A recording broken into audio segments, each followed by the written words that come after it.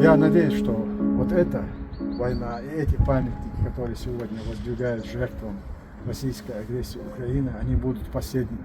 Просто все человечество должно добиться и сделать так, чтобы этой страны, как империя, чтобы она перестала существовать. Другого варианта, чтобы мы не посещали тех, кто останутся живы, тех, кто будут живы, не посещали такого рода мемориалы, это только децентрализация России, Российской империи.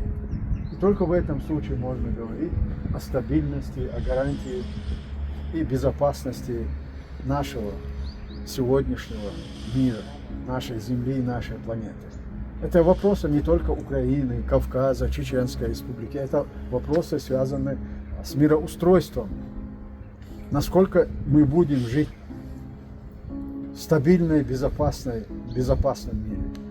Это все будет зависеть от того, сумеем ли мы децентрализовать Россию. Найдутся ли в России силы, здоровые силы, которые попрощаются со своим террористическим прошлым, раскаются и сделают так, чтобы человечество простило их и как нацию, и как государство.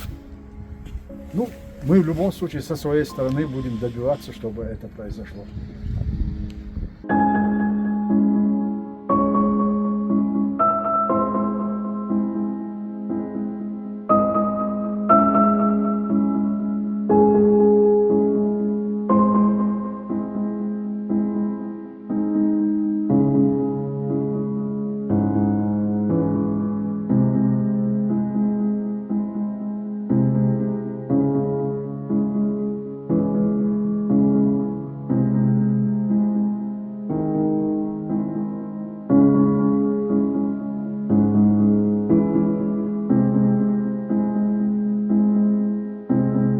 Анна, Лаура, огромное спасибо, что вы прибыли на нашу конференцию и что вы сегодня посетили вот этот мемориал.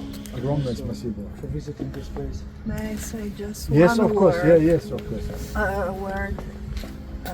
This visit to Bucha, I personally dedicate to the late president of Poland, Lech Kaczynski, and whole group of Polish elite perished in Smolensk catastrophe. They were real friends of all three nations of our neighborhood, including and probably first and foremost of Chechen independence.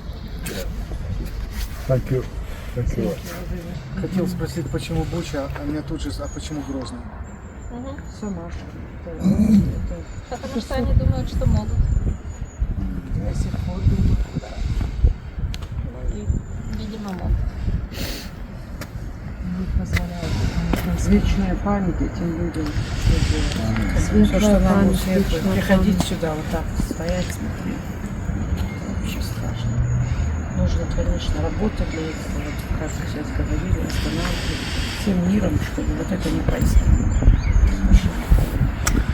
It always is like this. We repeat never again, but unfortunately.